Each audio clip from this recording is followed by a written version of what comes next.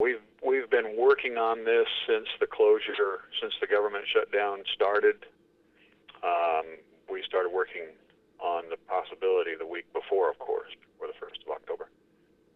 We have a funding mechanism that allows us to carry over what we don't spend in FY13 and to FY14. So we didn't have to close quite as early as most of the agencies that don't have that opportunity. So we started immediately to try to figure out how much money we had and how long that would allow us to keep things open, and made the determination finally that last night at 8 p.m. was the time that we would close all day use and then allow the campers to spend last night and be out today by noon.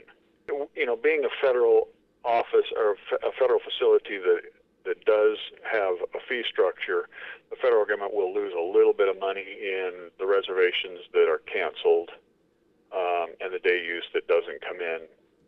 That's of much less consequence to us than the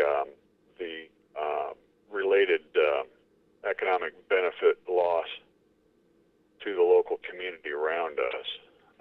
We know that for every visitor that comes to a lake, the local community makes about $28 and something from our research. So it's that has us probably more concerned than what the federal government's going to lose.